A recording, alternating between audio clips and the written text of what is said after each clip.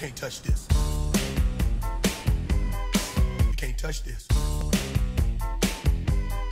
You can't touch this. You can't touch this. My music hits me so hard, makes me say, oh my Lord. Hi, welcome to the last edition of Spicy Chai for your fall quarter. I'm here with Ellison Concepcion, and he's awesome. He's the other Filipino male nurse in our program. Hi, Ellison. Welcome. Hi, John. Thanks for having me. Sure. Do you want to say something, introduce yourself to all the youngerlings? Okay, well, I'm a senior nursing major.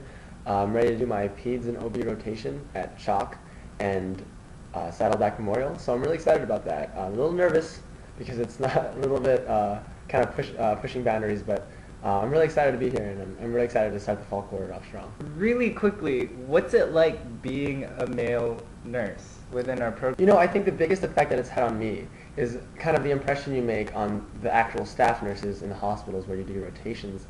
A lot of them are concerned that you won't be as caring or compassionate as the next female nurse, and really that's not necessarily true. At the same time, they kind of see your interaction with patients, and hopefully it's a little bit more soft and caring, but really, I mean, personally, I know that I can care just as much as the next female nurse, but it's that initial reaction that they get from you, and they kind of hope that you'll be like that, and it's really a point to show them that you're going to be there for the patient and really care about their safety.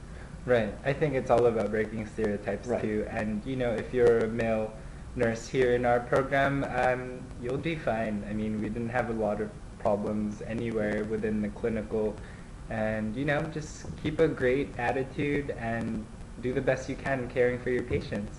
So today we're going to talk about foundations, and this is the class that you take your fall quarter. And what do you remember most about foundations, Ellison? What I remember most is being really nervous about seeing that first patient. And of course, there's standardized patients, or SPs, which are essentially paid actors who are trained to simulate what a patient would normally say, or the symptoms that they would normally feel. Yeah. And so we're trained to examine those symptoms and kind of come down to a nursing diagnosis and see the best plan of care for them, educate them on how they can keep up with this plan of care. And so it was really exciting, but I was really nervous because it was my first interaction with what would be a patient. Yeah. But it was nice. I think I learned a lot from it. I learned a lot of how to continue my flow with speech. It taught me good communication skills and how to interact with a patient, and really the questions to ask them and the answers you expect to find. Yeah. And you learn how to sieve through answers that are really important as opposed to accessory answers that, you know, the patient just may be feeling on that day. Yeah. Look at those symptoms. And you know, instead of feeling like it's a formula also, I think it's better if you just kind of treat the standardized patient as a real person.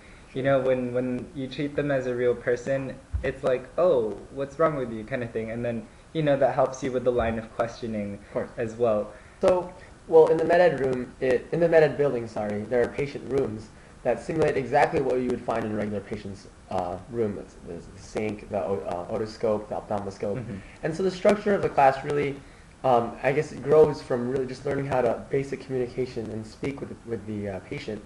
And then you learn how to use some of the more technical tools like your stethoscope. And then do your assessments. And I think that's the two purposes of this class is one, to be able to communicate with the patient well, as you said, Right. that line of questioning. And then you go into bodily functions and systems where you can assess different organ systems, and it's a lot of assessment because this is the health interview / physical of the patient, right? Right. Sort of. Yeah. It takes place in the med ed building in the medical school, and that's where the simulation rooms are.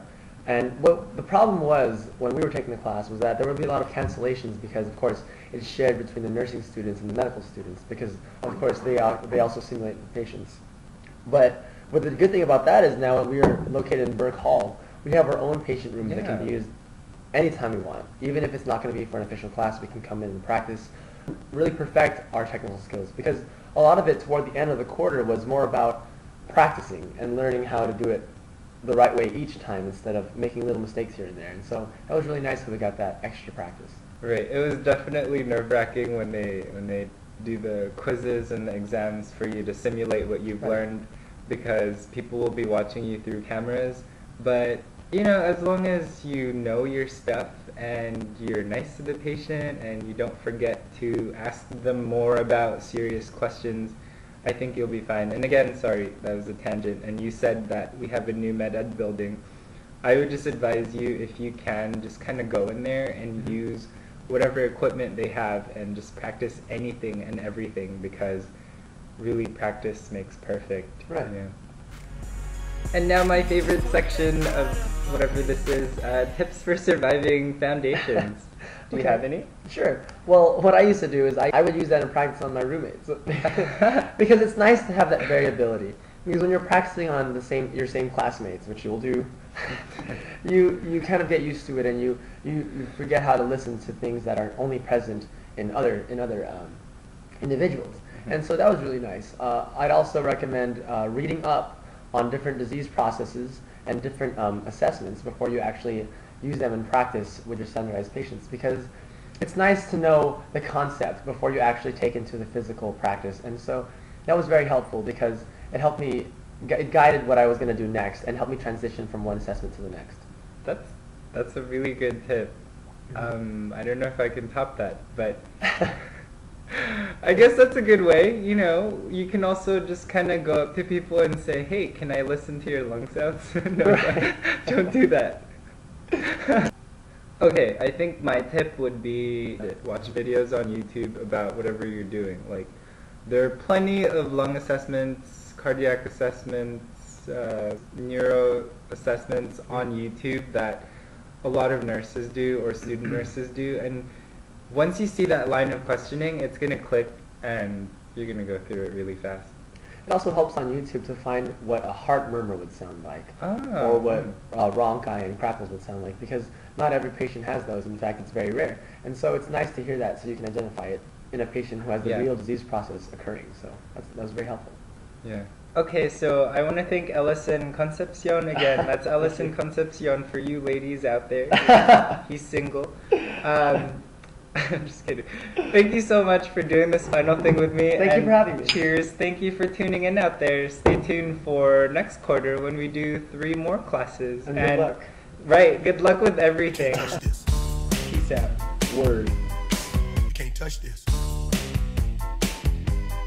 You can't touch this. You can't touch this. You can't do it for your play. Music hits me so And then you learn how to use some of the more technical tools, like your stethoscope, which is the thing that goes in your ear. Ugh. I don't know how to No, put that in layman's terms. Yeah. The thing that you listen with, essentially. Okay, all right. Well, speaking of lung sounds, what you can also do is practice watching inspiration and expiration, because the way it's done in stimulation is that you watch their chest rise. But Just get that part out. don't watch random people's chests, right? Don't do that.